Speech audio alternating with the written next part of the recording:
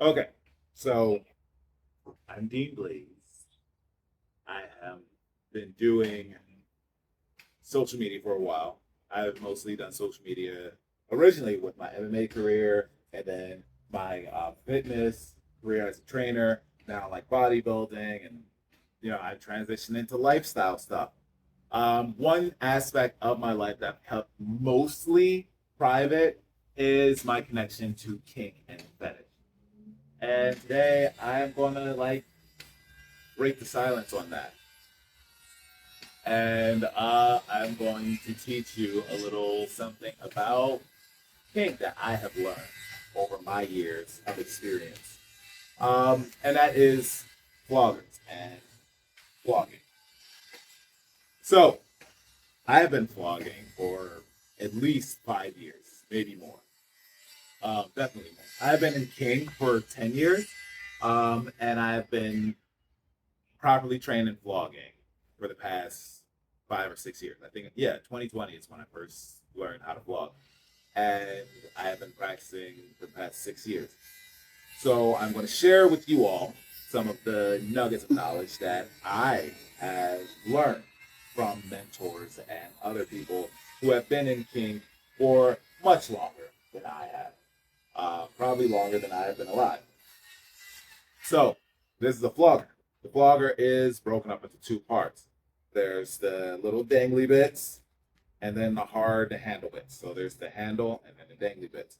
The dangly bits are called falls. These are the falls. And floggers are rated by the number of falls they have. This is a 24 fall flogger. There's floggers that range from like 2 to 3 falls all the way up to 100 falls. And how many falls a flogger has affects the feeling of the flogger greatly. Like 2 to 3 falls kind of feel a little sharper, a little bit more intense, and 100 falls feel a lot more dense, heavy, and sometimes soft. So these are 24 falls, which is the normal number of falls for a flogger, like any flogger you see at a sex shop, at a kink shop, on Etsy. Like they're usually 24 falls. This is about an 18-inch fall, which is pretty much the standard length for a flogger. And that's what you're normally going to find. This is also made of cow leather, which again is the average for floggers. There are floggers that range to many different leather styles. Like there's deer leather floggers, there's bison leather floggers. Uh, there's many different leather styles, and they all have different textures and different effects in scene. Now, the falls on the flogger have different feelings depending on where on the flogger you're hitting. Like typically, people when they test it, they test it on themselves and they're going like that, or when they hit someone, they hit usually in the center region of the flogger, which is a lot softer, it's a lot duller, and it's a lot thuddier.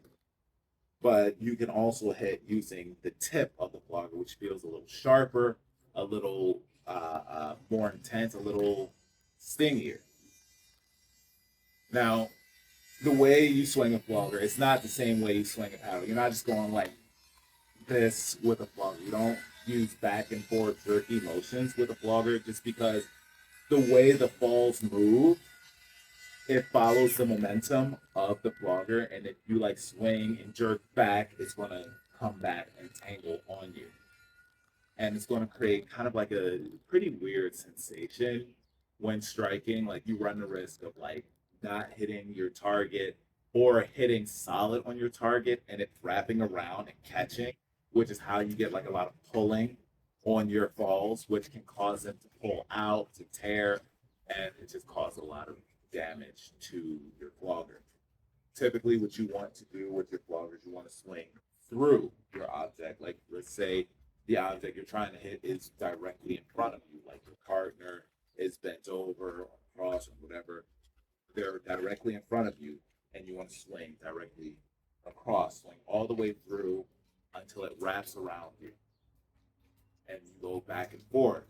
this how you typically would use a flogger. It gives a smooth strike. It hits, it slides across, it doesn't catch as much. And depending on the length, you can get like a consistent feel. And it causes a lot less energy waste than trying to spank with it. Like this can waste a lot of energy. It'll cause the flogger to get all tangled up. Like trying to do this consistently, just after a few hits, it's just all tangled up, wrapped up, and it's just no fun anymore. But swinging all the way through keeps all the balls flying in unison, and it allows you to have a smooth strike. Typically, you want to start with a back and forth motion, a smooth back and forth motion, get a good rhythm, get a good even strike, and then also having your elbow at a slight bend the entire time. You don't want to like swing excessively or like just cheat the swing. I mean, it's good to cheat the swing if you're not working with a lot of room to work. Like sometimes you're in a dungeon and it's a very cramped place, or you're in your bedroom with your partner and you don't have a lot of space. They're bent over the bed and you're right behind them, and the dresser is right behind you, so you don't have a lot of room to fully swing. So you have to like bring your hand in and swing with just your wrist. So that way you still get good swings, good motion, and you're not like hitting them with the handle. Although like hitting with the handle is an acceptable way to use a flogger and can give like a decent impact feel. You don't want to do it unintentionally because the feel is so different that you don't want to swing with the same force or motion with the handle that you do swinging with the falls. You want to have smooth strokes with the falls. If you're just using the handle, you want to wrap the falls and hit with the handle, which also, if you hit with the falls wrap, it gives a much softer feel rather than hitting with it on, which gives a much harder, firm feel. So that's another way you can use your flogger. And then also you can do upward motions, which is great for, a bent over partner. If they're bent over the bed or something, doing upward motions will wrap around the booty meat and give like a good, consistent, rhythmic spanking feel. And you can also pinpoint which butt cheek you want to hit. And then you can also rotate downwards and give downward strikes on the butt cheeks. You can also do downward strikes along the shoulder, like hitting the top of the shoulder and going down, like the downward strikes on each shoulder blade. There's also a thing called the red cross. Now, the red cross is the spine, down the spine, and across the liver. You never want to hit directly down the spine or directly across the liver. You can hit across the spine and you can hit down the liver, but you never want to hit across the liver or directly down the spine.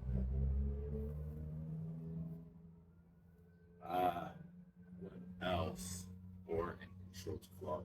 Oh, also you can do an X motion for consistent alternation between sides of your partner. Give good, smooth, diagonal downward motion, creating an X with the flogger, swinging directly through using full momentum.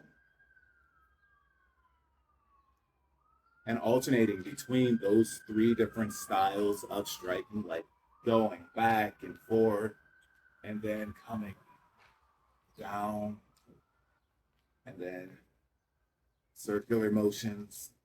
Like it gives like good variety in the scene